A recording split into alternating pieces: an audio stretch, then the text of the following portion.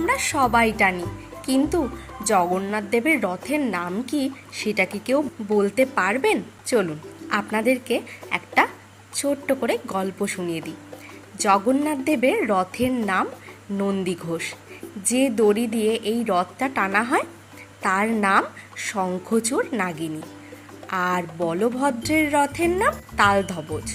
এই রথের রশ্মির নাম বাসুকী নাগ। আর হলো সুভদ্রার রথের নাম দর্পদলন। এই রথের রশ্মির নাম স্বর্ণচূড় নাগ। আমরা যে জগন্নাথ দেবের রথের দড়ি টানি এর পিছনেও কিন্তু একটা মাহাত্ম্য আছে।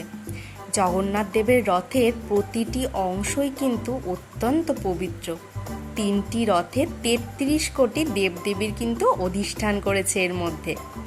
ফলে রথের রশ্মি স্পর্শ করলেই 33 কোটি দেবদেবীর চরণ স্পর্শ করা হয়।